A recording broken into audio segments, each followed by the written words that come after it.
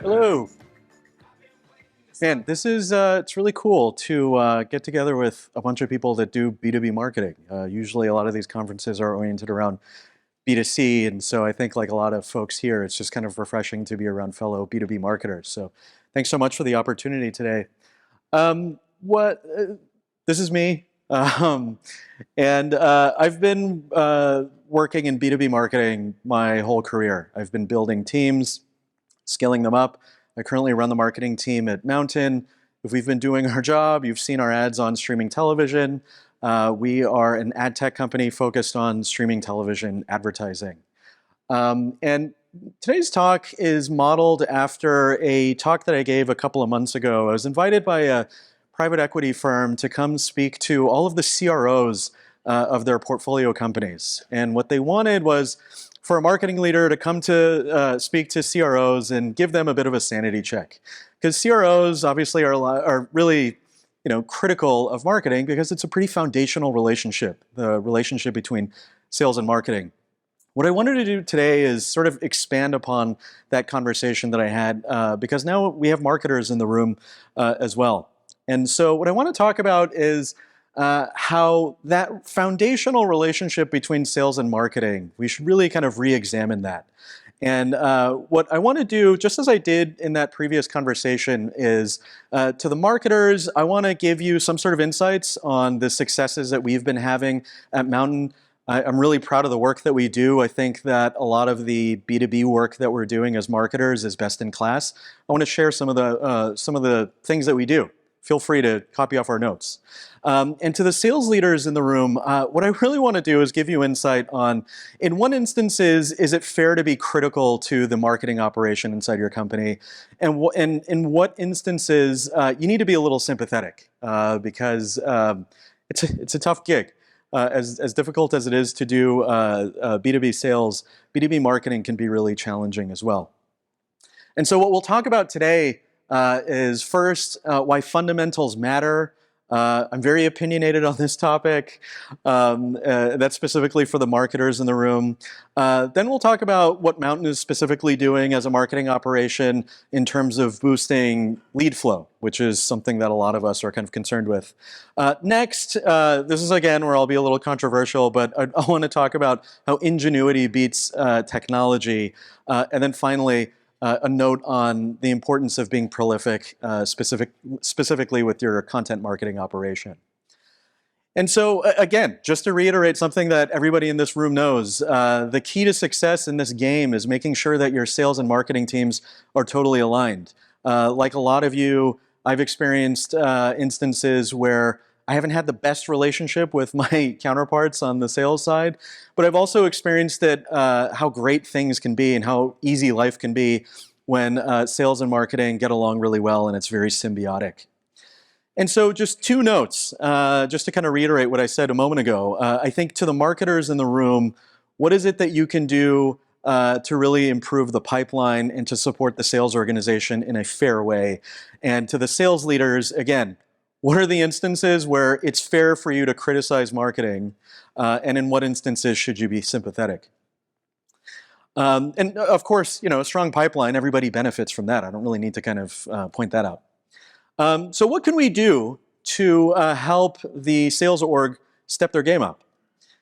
Starts with fundamentals. Man, I can't tell you how many times I've spoken to marketing leaders at startups that are getting their bearings, and they're concerned with getting a home run rather than just building the base of a solid B2B marketing operation. They're distracting themselves with the impossible PR hit, trying to land a front page story on the Wall Street Journal, or it pains me to say this, getting a viral video.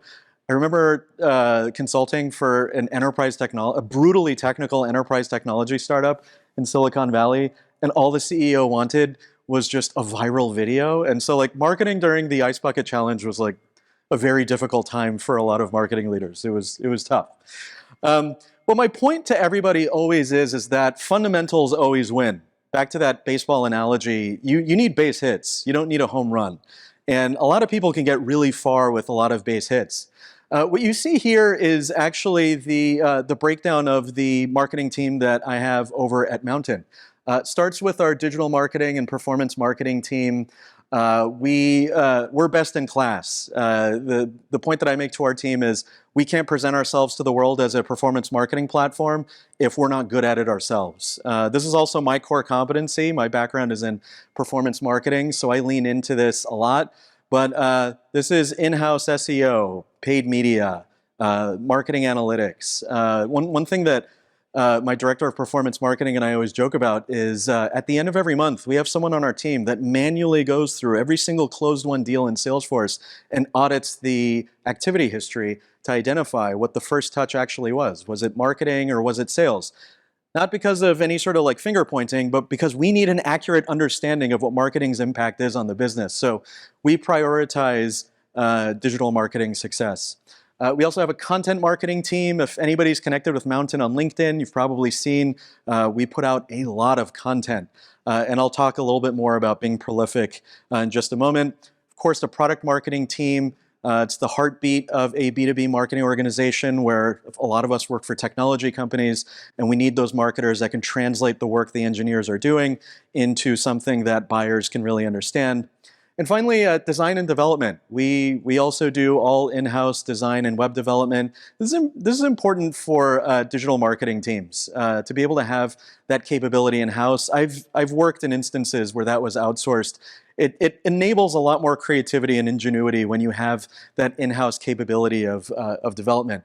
But the point here, folks, is just eat your veggies. You know, everybody wants dessert, but you really got to eat your veggies as a marketer. And this is all of those tried and true channels. We talk a lot about the core the core B2B marketing playbook: landing pages, ads, lead conversion forms, GA, all that stuff. You got to get all that in order. It'd be negligent to try to skip to really high thought campaigns without having this base in place first.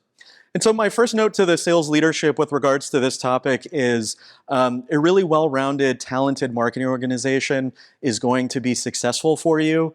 The point here, though, is that marketing teams that are smaller in headcount, you got to be sympathetic to that. Early in my career, I was a marketing generalist that wrote the collateral, designed the website, managed the ads, troubleshooted technical issues, jumped on sales calls.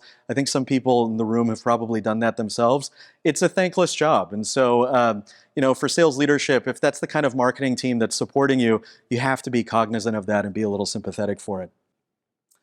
Another point is pulling the right levers. This is, again, something that I think all the marketers in the room are very familiar with, this concept of MQLs.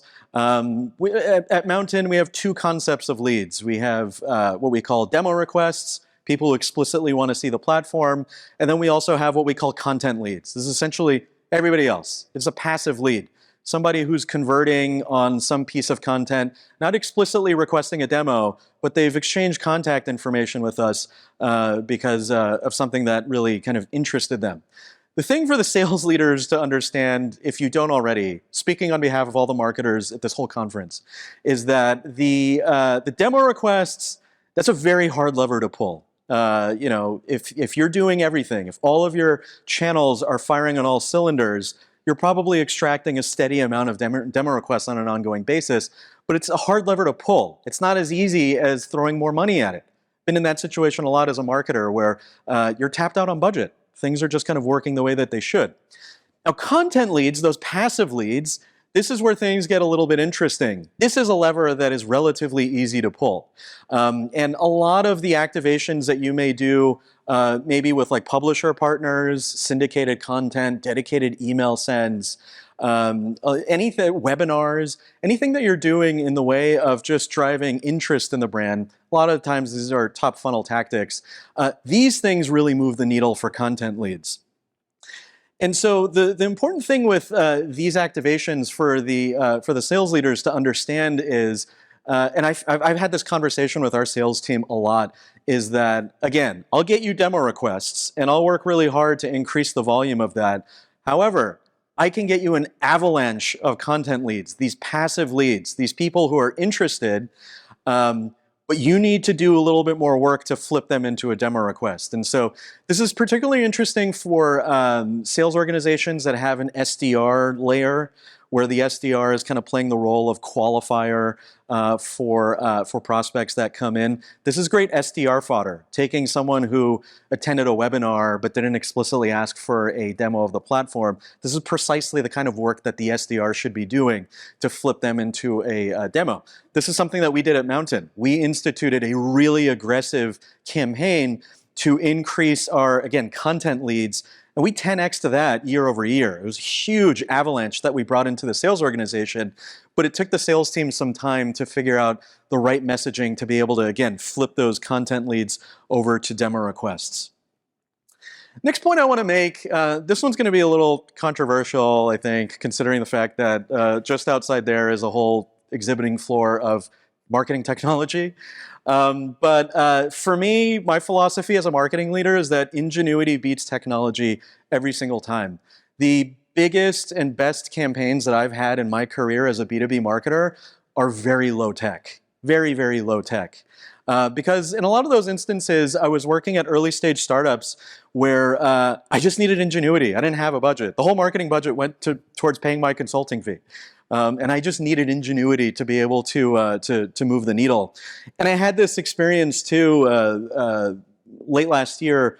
I went to a sort of CMO roundtable where everybody was sharing success metrics. And it was kind of immodest to say, but we had by far the most successful success metrics for a highly efficient marketing operation. But there was this assumption in the room that we also had the most sophisticated technology. And what quickly became apparent to my peers was that we actually, of the whole cohort, had the lowest, we were like the lowest tech marketing organization compared to everybody else. Everybody else had way more toys than we did. And the toys are cool and they serve a purpose. But the ingenuity is really what matters. The biggest and brightest ideas that we have aren't technically sophisticated. And so my point here is not to beat up MarTech. I think MarTech's great. We use it. It's not like we're above it. But the thing that concerns me when I talk to some of my marketing peers is when they start with the technology and try to back into some sort of use case for it. It feels a little dangerous to me. That's just kind of unnecessary. And I think, again, don't ever tether yourself to a specific technology as a marketer. Really just kind of use ingenuity to kind of get yourself out of some of these situations that you're in. And so to the sales leaders with regards to this topic, what I'd say is give your marketing team some space. Let them try new things. I've had a lot of strange conversations with sales leaders over the years. And one of the ones that was always kind of most bizarre to me, this is a bit of a tangent, but why not, is I remember a sales leader was like, you guys got to stop sending out email blasts. You're confusing my prospects. That's the most ridiculous thing I've ever seen. I am a prospect for probably a lot of the people in this room, actually, and I'm smart enough to differentiate an email blast that's being sent to me by a brand and also direct outreach from some sort of sales rep. And so what I'd say to the sales leaders is give marketing some room to be creative, and if they're trying to do something really different, give them the space to try it out. And of course, you can ask questions and poke and prod at the campaign. But really, if you want to try to take things beyond the status quo, assuming your base is all set, give marketing the space to actually do that. And the other thing too is, when I look at the most successful B2B marketing operations, like we already talked about, their baseline is there. They know how to do paid search and marketing automation workflows and all of that stuff. But they tend to always have like some signature activation that they do that really kind of moves the needle for them. And so this is something I'd say to the sales leaders that you can sort of press your marketing team on is, what are you doing beyond the fundamentals? What are you doing that's going to help us stand out? Especially because, oh man, a lot of B2B marketing is kind of homogenous and it looks similar from brand to brand. So that's fair. Next, and I think final point is being prolific matters. A key ingredient to the Mountain B2B marketing success is just being prolific. We put out a lot of content. Now, the point that I want to clarify here is that the content we create and the volume of it that we create is not arbitrary.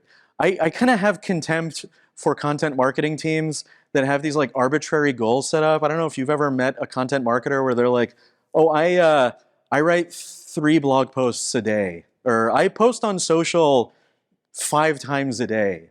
And my first question always is, why 5? Why not 20? Why not 0? Where did that number even come from? And I think that the first point here is just existential. Like, why does this brand exist? What are you trying to accomplish as a brand? And then you start kind of understanding what the direction of your content marketing should be. And then with some other data points and analysis, you could get a sense of what the right quantity of content should be. At Mountain, we produce a lot of content. But what I could say, fortunately, is that the engagement on our content is very, very high. Take email, for example. We send out a lot of emails. The email performance smashes the benchmarks that you see. And the recipe to success there, it's kind of obvious. It's just incredibly useful content. So when we kind of consider something like this, of like, why do we exist, is we're in a space where it's a bit of a land grab. And we want to be seen as the thought leaders and dictate the terms of how people learn about connected television advertising. And so that drives our content marketing strategy. And so every touch point we have with our prospects from a content marketing standpoint is meant to educate. But when I say educate, I'm not saying like a blog post of like, here are the 5 best practices for a commercial that works well. I'm talking about hardcore research. And so just some food for thought here. Our best performing email of the week goes out on Saturday mornings. And that is like significantly better performance than during the week. And the during the week emails perform quite well. And here's an example of a piece of content marketing, a series that we do that performs really well, that really aligns with this theme too, which is, anyone heard of Quora before, the Q&A website, Quora? So every month, my favorite piece of content marketing that we do, we have something called the monthly Quora Digest, where members of our content marketing team go into Quora, find questions related to digital marketing, advertising, TV advertising, whatever it is, tangential to what it is that we do, and they answer the questions. And no, it's not like a commercial for Mountain. They're citing eMarketer data and Forrester data. They're just answering the questions. And there may be a mention of Mountain when it makes sense to do so, but at the end of the month, we round up all of the questions, we package it into an email, and we send it out to all of our prospects. And our CS team always tells us, I have prospects, this is so insane to say, I have prospects that look forward to the monthly Quora Digest. It's a strange piece of content marketing, but it makes me tremendously proud. And so the thing here is just making sure that obviously your content marketing is sort of like purpose-driven. But I could tell you from experience that when your content marketing is like incredibly researched, it really pays off. One other point that I'll make related to content marketing, just to beat a dead horse. One thing that we did at Mountain was probably our biggest thing as a marketing team this year has been we launched our own research publication. So we saw so many great findings from just deep research of content and sourcing our own platform data. What we did was we launched our own research publication. If you go to research.mountain.com, you could see it. This is a full-blown research website. We have people dedicated to this. They're just publishing primary research using Mountain data that we're putting out there. And we source the data to the press. And the important thing for the B2B marketers in the room too is like overnight, we've just synthesized an entirely new property that is generating thousands of visitors every month out of thin air. We wouldn't have had these visitors had we not done Mountain research. And so this is all just really purpose-driven content marketing that honors the theme of why we exist as a marketing operation existentially and really sort of goes towards all the goals that we're trying to achieve. So my point here to the sales leaders would be collaborate with marketing on these touch points. Some of the most interesting campaigns that we've had recently has been in collaboration. Our director of content marketing working with our director of sales development. and just ideating on the messaging inside campaigns. Using our really aggressive webinar strategy with publishers as fodder for sales rep outreach. It's just a good excuse to reach out to a prospect. So making sure that these teams connect. I'd say on that point, just as a bit of a clue to sales and marketing leaders, what happens when we do a webinar, for example, is our marketing team creates a brief every single time. Who are we reaching? Who's the publisher? What's the content? And we send that brief over to the sales organization, and then the SDR team starts crafting new messaging around that brief. But like sales and marketing, you got to play nice to make this strategy work. And then finding that balance between marketing and sales outreach, certainly important. This goes back to that point of like some sales leaders saying, don't send any emails, we got it, you're confusing the prospect. That's ridiculous. But I will always entertain the conversation with a sales leader about just volume of communication. It's a fair thing to discuss. And so finally, in terms of what's fair to scrutinize from the perspective of a sales leader is every touch point should be justified. So if a marketing team is just doing this kind of like spray and pray approach and just creating a high volume of content because Ali said so, or whatever it may be, that's not good enough reason to crank up the volume. You really got to be able to justify it. So feel free to ask, why? Why do we do this? Why do we do anything? A good marketing leader should have an answer for every single channel, touch point, campaign, why we do any of these things. There should always be a good answer for all of those. So to conclude here, just to kind of wrap up some of these talking points, first, obviously a strong pipeline creates a strong relationship between sales and marketing. This is something that my team does every Monday morning. Every Monday morning, we get together and we analyze the prior week's metrics. Among those metrics is sales pipeline. And we don't just look at inbound pipeline, we look at total sales pipeline. We want to be able to understand where sales stands from a metric standpoint, and that influences some of our marketing strategy on an ongoing basis. So, from a metrics and analysis standpoint, you should be mindful of it. Next, develop the fundamentals first, including a well-rounded marketing team. Again, it's negligent to try to do these really big, crazy campaigns if the rest of your core digital marketing is not in order. That's just negligent at that point, and you shouldn't be operating in that order, I should say. Demos aren't the only leads. Demo requests, I should say, in our parlance, is not the only leads that matter. Content leads can be very useful, but just to kind of reiterate something on this point, to the marketers, you got to get content leads that are sort of good prospects. They're just a good message away from being flipped into a demo request. You can't just take utterly unqualified, irrelevant contacts and say, hey, these are leads, sales, you make it work. You gotta still be within your ICP here. And to the sales leaders, again, if you can find a way to reliably flip a content lead, someone who attended a webinar or downloaded some sort of asset, into a demo request, you're going to be you're setting yourselves up for a lot of success. Because again, as a marketing leader, I can drive you a ton of content leads. That's relatively easy. So if you could figure out how to make that work, then some really good things are going to come. And then don't be guided by technology. Manually test new initiatives before selecting software. An example I didn't mention related to that is ABM. There's a lot of great ABM software out there on the floor right now. Go check it out. But with ABM, that's another example of our instinct is to just try it manually first. So rather than picking up an ABM solution, which would be a very expensive experiment for us, what we did was our design team created a landing page template. Our web developer coded it into WordPress, and we customized the hell out of it. And now we're able to spin up these like frighteningly personalized landing pages in just a matter of 30 minutes. And these landing pages also have a templatized video inside them too, which we made ourselves. We took a commercial we shot for Mountain, recut it, and now we feature the prospect's creative on the TV as the woman's watching it on a couch. That takes 30 minutes or so to put together as well. And that was the basis of our ABM experiment. And we did that for our top 100 prospects. It didn't take long to do that. I still remember the feedback that we got from a sales rep when he said, I got a meeting with Nike, And the feedback from them was, who the hell is this company and how the hell did they do this? This didn't take any software. This was just one designer, one web developer, and one copywriter.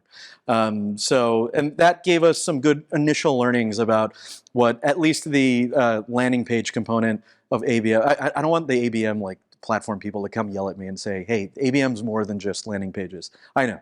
But that gave us good findings with regards to that specific aspect of ABM technology. So try it out yourself first. See if it works. And then finally, be prolific with intention. I think this is again, when I think of just the foundational characteristics of our marketing operation at Mountain and why we've been so successful, it's because we output a lot of content. But on the flip side of it, we scrutinize it. In that same weekly meeting where we meet every week and kind of scrutinize all sales and marketing metrics, we have a whole section of it dedicated to marketing, where we just look at email performance from the week prior. And we find areas where we can trim or maybe slot out something that's not performing as well as other ones. Like, we're scrutinizing this stuff continuously. Even though we put out a lot of content, we're mindful of it. And that's all I got. I don't know if we're doing Q&A in this format, but I'll be hanging out around, and hit me up on LinkedIn. Happy to connect with everybody here and share my notes. Assuming you're not a CTV advertising platform, you could copy off my notes as much as you want. I'm happy to share. But thank you, everyone. Appreciate it. Thanks.